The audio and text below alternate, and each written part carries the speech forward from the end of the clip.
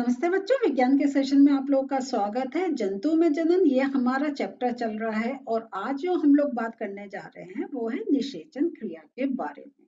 हम लोगों ने इससे पहले वाले सेशन में बात कर ली है कि नर जननांग कौन कौन से हैं और मादा जननांग कौन से हैं। अब इनमें निषेचन की क्रिया कैसे होती है इसके बारे में हम आज के सेशन में बात करने जा रहे हैं। तो चलिए अपनी बुक खोलते हैं। तो यहाँ देखते हैं निषेचन क्रिया में जो हमारी जो एक रिप्रोडक्शन प्रोसेस चल रहा होता है, जनन प्रक्रम चल रहा होता है, उसका पहला चरण जो होता है उसमें शुक्राणु और अंडाणु का संलयन होता है। मीन्स शुक्राणु अंडा जो अंडाणु है वो आपस में मिलते हैं। तो जब शुक्राणु अंडाणु के जब वो संपर्क में आते हैं तो इनमें से एक शुक्राणु अंडाणु के साथ एक वो क्या होता है वो मिल जाता है और जब वो एक मिल जाता है तब हम कहते हैं निषेचन की क्रिया हुई है। तो जैसा हम लोगों ने पढ़ा था, हम लोगों ने आपको याद होगा कि जब हमने शुक्राणु की बात करी थी तो हमने ये देखा था ये बहुत अधिक संख्या में उत्पन्न होते हैं। तो वो बहुत अधिक संख्या में उत्पन्न तो होते हैं लेकिन उनमें से एक ही एक कहें उसके अंदर एक सक्षमता होती है कि वो अंडाणु से मिल सके, बाकी नहीं मिल पाते हैं। और इसलिए हमने देखा था कि आपको हम एक बार फिर से ये स्ट्रक्चर दिखाना चाहते हैं। हमने इस प्रकार शुक्राणु का देखा था। तो यहाँ पे ये एक टकराते तो बहुत हैं लेकिन कौन एक अंदर जाके अंडाणु से निषेचन की क्रिया करता है वो एक ही कर पाता है, बाकी सब टकराते हैं। एक ही अंदर जा पाता है और जब ये अंदर जाकर अंडाणु से मिलता है तब हम कहते हैं निषेचन की क्रिया हुई है। क्लियर? सो ये होता है निषेचन की क्रिया कि किस प्रकार जो शुक्राणु हैं वो अंडाणु से मिलते हैं, क्योंकि अंडाणु भी जो होता है उसमें ऊपर एक प्रोटेक्टिव कवरिंग होती है। तो निषेचन के समय जो होता है शुक्राणु अंडाणु संलयित होकर वो क्या होता है फिर एक हो जाता है। यहाँ पे देखें एक शुक्राणु एक अंडाणु है तो दोनों अलग अलग हैं लेकिन जब वो आपस में मिल गए तब वो एक स्ट्रक्चर बना लेते हैं। और इस जब वो एक स्ट्रक्चर बनता है उसको हम कहते हैं युग्मनज। ठीक है, इसका निर्माण होता है। तो यहाँ पे देखें तो जब ये हमारा अभी देख रहे हैं ये भी हमें अलग स्ट्रक्चर दिखाई दे रहा है, ये भी अलग स्ट्रक्चर दिखाई दे रहा है। फिर जब हो गए तब वो इनके न्यूक्लियस तो वो एक युग्मनज बनाते हैं। और ये जो हमारा युग्मनज होता है ये एक नए संतति को उत्पन्न करता है। तो ये जब निषेचन के प्रक्रम में क्या होता है, जो स्त्री होती है कि जो अंडाणु है और जो नर है उसके शुक्राणु इनका संयोजन होता है। तो ये निषेचन की क्रिया में हम ये भी बोल सकते हैं कि इसमें अंडाणु और शुक्राणु का एक संयोजन होता है।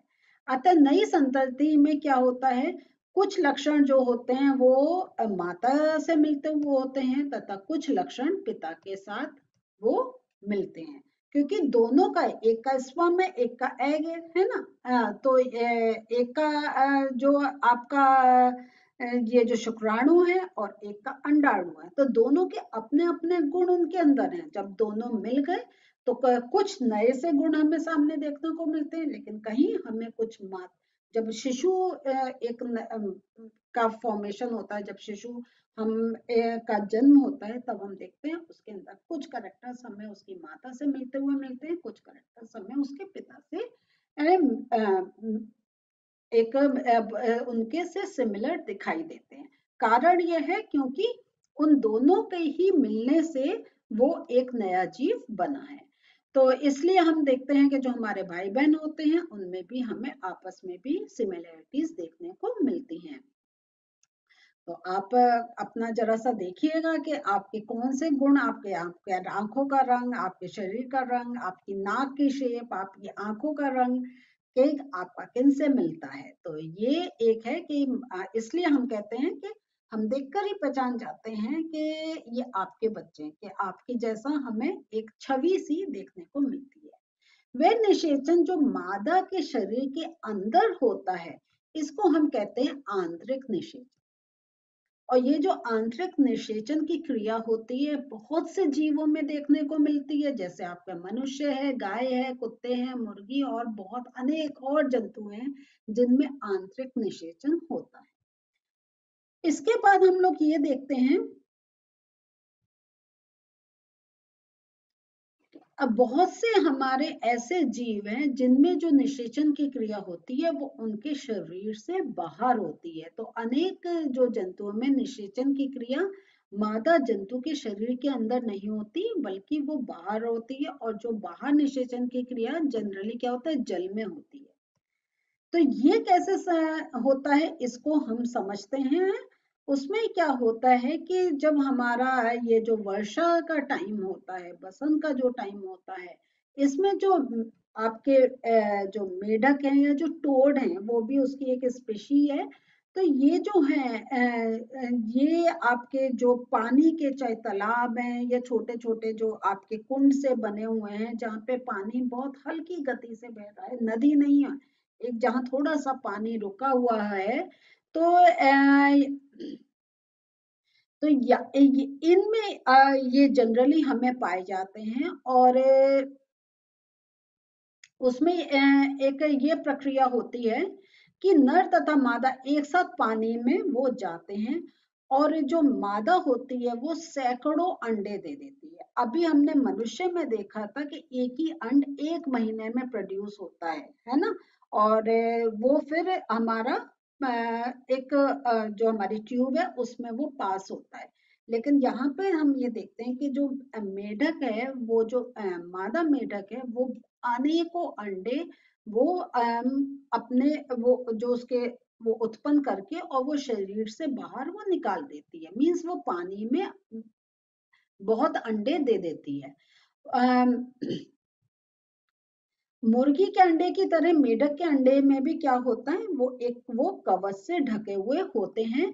और ये जो है अगर हम मुर्गी के अंडे से अगर हम कंपेयर कर रहे हैं, क्योंकि वो अपने आंखों से देखा हुआ है मुर्गी का अंडा, तो यहाँ जो मेढक का अंडा होता है ये बहुत कोमल होता है। तो यहाँ देखिए ये ऐसे, तो अगर बारिश के समय आप ध्यान से पानी में देखेंगे, अगर वहां पे मेढक रहते हैं तो आपको ये अंडे देखने को मिल भी सकते हैं। तो ये ऐसा लगता है जैसे जेली की एक परत से वो अंडे जो हैं वो ढके हुए हैं, और एक वो जेली जो है वो उनको एक सुरक्षा कवच एक प्रदान करती है कि बाहर के किसी फैक्टर से वो डैमेज नहीं हो पाए। क्या अचानक बहुत तेज पानी आ गई या और कोई जीव जंतु जो चल रहे हैं, या आपका रुका हुआ पानी है तो कभी कभी मनुष्य भी उसमें चला जाता है, तो उससे वो डैमेज नहीं है। तो मादा जो मेढक मादा है वो जैसे ही अंडे देती है, जो नर उस पर वो अपने शुक्राणुओं को छोड़ देता है। तो यहाँ देख रहे हैं कि मेन है हमारा अंडे और शुक्राणुओं का निषेचन। तो हमने जो अगर मनुष्य में देखा वो शरीर के अंदर हो रहा है, कुत्ते बिल्ली है वो शरीर के अंदर हो रहा है। लेकिन इसमें क्या है, क्योंकि अंडे शरीर से मेढक में शरीर से बाहर आ गए हैं, और तब जो नर है वो उस पर अपने शुक्राणु छोड़ रहा है, तो वो जो आपकी निषेचन क्रिया है वो शरीर के आपके बाहर हो रही है। तो वो आंतरिक निषेचन नहीं हो रहा, वो बाह्य निषेचन की क्रिया हो रही है।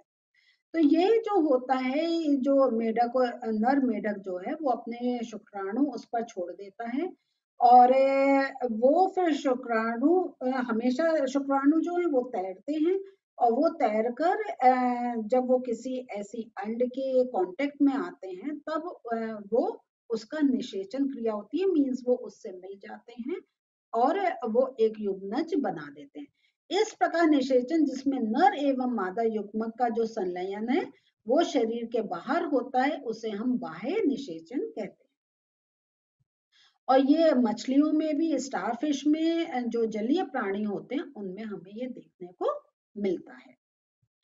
इसके साथ एक और जो हम इम्पोर्टेंट आज का एक और पॉइंट मैं आपके साथ डिस्कस करना चाहती हूँ कि जो परख नली शिशु जो है, ये जो है ये भी हमारा क्या है कि जब हमारा शरीर के अंदर निषेचन नहीं हो पा रहा है, कोई हमें ऐसा शरीर के अंदर कुछ एक प्रॉब्लम है, तो इसमें क्या होता है कि जो निषेचन की क्रिया होती है वो शरीर के बाहर होती है। तो ये आपके हॉस्पिटल्स में होता है। तो और ये जब निषेचन की क्रिया क्यों नहीं हो पाती है, क्योंकि जो अंडवाहिनी है वो क्या है कि उसमें कुछ एक प्रॉब्लम है, वो अवरुद्ध हो गई है। तो देखिए आप, मैं आपको फीमेल दिखाना चाहती हूँ। यहाँ पे ये जो अंडवाहिनी है, ये बहुत पतली पतली ट्यूब्स होती हैं। तो अगर इनमें प्रॉब्लम है तो हमारा क्या होता है, अंडे यहाँ पर एक रिलीज नहीं हो पाते, या जो हमारा जो शुक्राणु है वो यहाँ तक नहीं पहुंच पाते हैं, तब हमारा निषेचन की क्रिया नहीं हो पाती है। तो इस अवस्था में क्या होता है, क्योंकि साइंस में इतना एडवांस हो गया है, तो हम लोग जो ये जो निषेचन की क्रिया होती है ये डॉक्टर बाहर करवाते हैं। तो इसमें क्या होता है, तो ये निषेचन के लिए शुक्राणु मार्ग अवरुद्ध होने के कारण अंडाणु तक नहीं पहुंच पाते। तो इसमें जो हमारे जो डॉक्टर लोग होते हैं वो ताजा अंडाणु और ये जो शुक्राणु होते हैं इनको वो एक कलेक्ट करते हैं, और फिर कुछ उचित माध्यम से कुछ घंटों को वो एक साथ रखते हैं। और जब वो उन दोनों को एक साथ रखते हैं, जिससे वो हम इसको फोर्थ एफ या इन विट्रो निषेचन कहते हैं, ये क्रिया होती है। और ये हमारे शरीर से बाहर होती है, और इसको हम एक आर्टिफिशियल फर्टिलाइजेशन बोलते हैं। और अगर ये निषेचन हो जाता है, जब वो अंड और शुक्राणु को साथ में रखते हैं और निषेचन हो जाता है, तो लगभग 1 सप्ताह तक वो उसको विकसित होने देते हैं। और फिर जब वो आपस में मिल गया, युग्मनज बन गया, 1 हफ्ता वो ठीक रहा, उसके बाद क्या होता है, उस युग्मनज को माता के गर्भाशय में स्थापित किया जाता है। और फिर गर्भाशय अगर वो नॉर्मल है तो वहां पे जैसे एक नेचुरल शिशु का डेवलपमेंट है, इस प्रकार वो होने लग जाता है। और ये इस विधि से जो किसी एक शिशु का जन्म होता है उसको हम परखनली शिशु कहते हैं। तो यहाँ पे ये भी अब ये साइंस का एडवांस है कि नेचुरल वे में नहीं हो पा रहा है तो आर्टिफिशियल रूप से हम उसका निषेचन क्रिया करवा देते हैं। तो जो आज पढ़ा इसके नोट्स देख लेते हैं।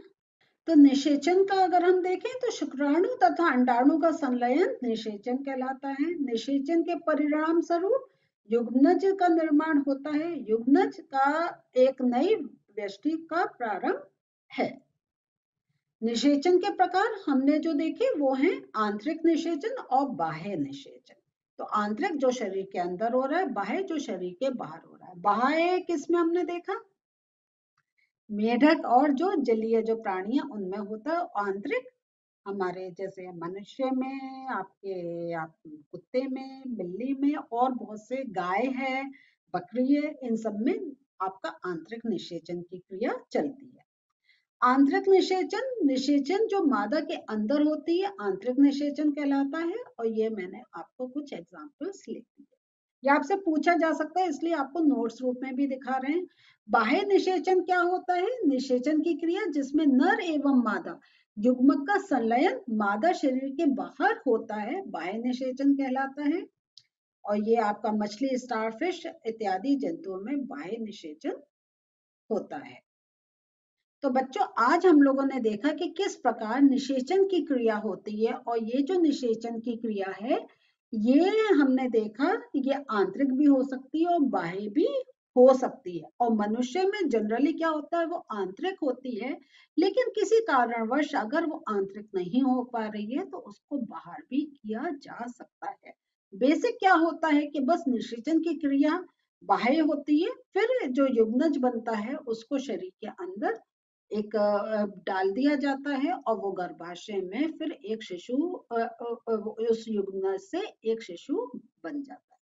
तो ये इस प्रकार अगर हम देखें कि एक संतति से दूसरी संतति उत्पन्न होती है। अभी आपके और थोड़े टॉपिक्स बच रहे हैं जिनको मैं आने वाले सेशंस में लूंगी। तो मिलते हैं फिर से, बाय।